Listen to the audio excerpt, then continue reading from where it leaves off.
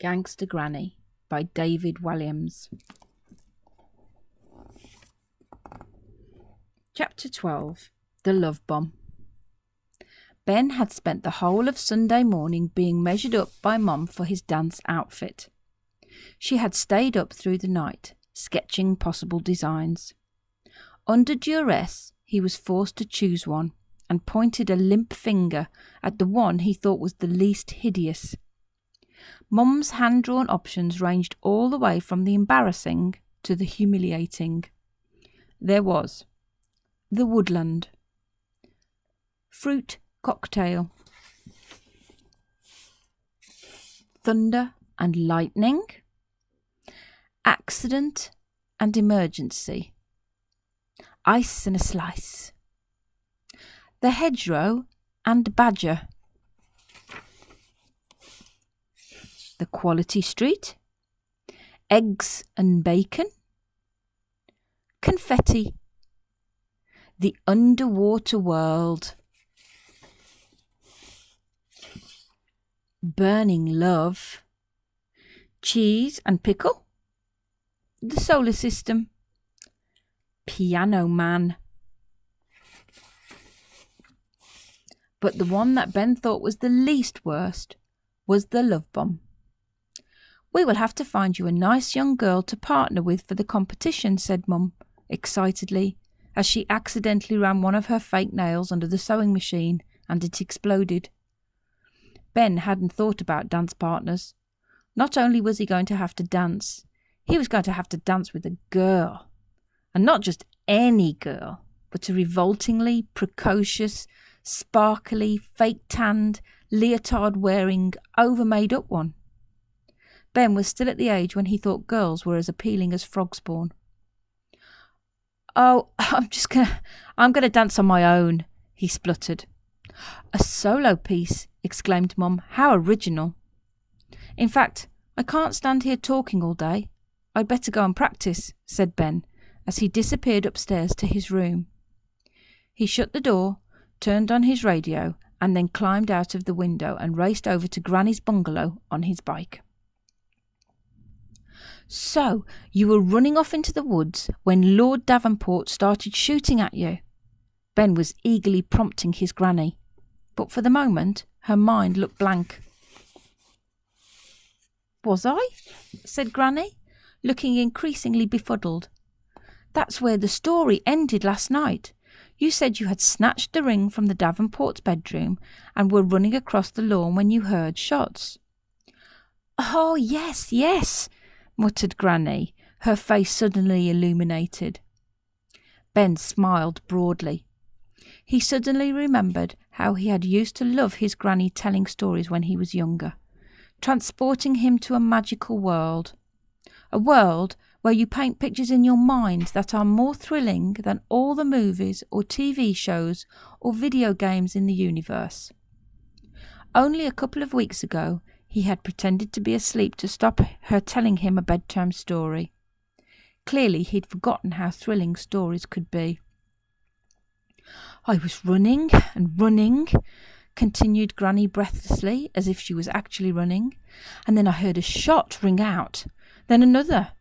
I knew from the sound that it was definitely a shotgun rather than a rifle."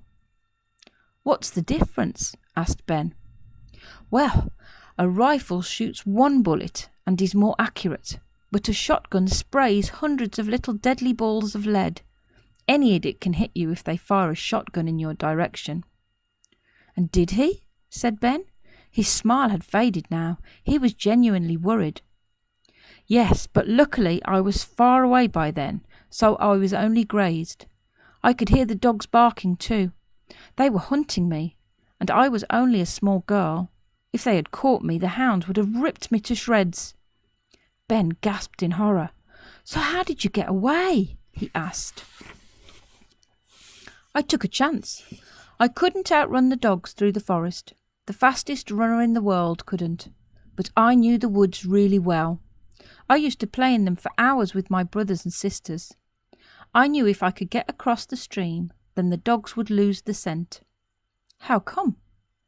"Dogs can't follow a scent across water, and there was a great oak tree just on the other side of the stream. If I climbed that tree, I might be safe. Ben couldn't imagine his granny climbing stairs, let alone a tree. She had lived in her bungalow ever since he could remember. More shots rang out through the darkness as I ran towards the stream, continued the old lady, and I stumbled in the gloom of the forest. I tripped on a tree root and fell face first in the mud. Scrambling to my feet, I turned around to see an army of men on horseback, led by Lord Davenport. They were carrying flaming torches and holding shotguns. The whole forest was lit up with the fire from the torches. I jumped into the stream. It was around this time of year, in the depth of winter, and the water was icy. The cold shocked me and I could hardly breathe. I clapped my hand over my mouth to stifle a scream. I could hear the dogs getting nearer and nearer, barking and barking. There must have been dozens of them.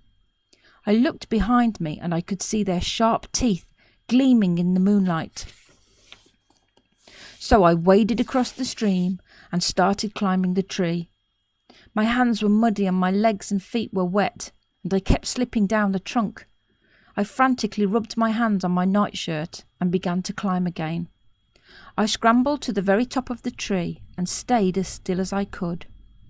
I heard the dogs and the army of Davenport's men follow the stream down to a different part of the forest.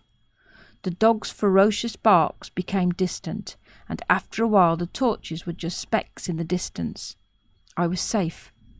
I shivered up that tree for hours. I waited until dawn, slid down the tree, and made my way back to our cottage. I crept into bed and lay there for a few moments before the sun rose. Ben could picture everything she described perfectly in his mind. Granny had him utterly spellbound. "Did they come looking for you?" he asked.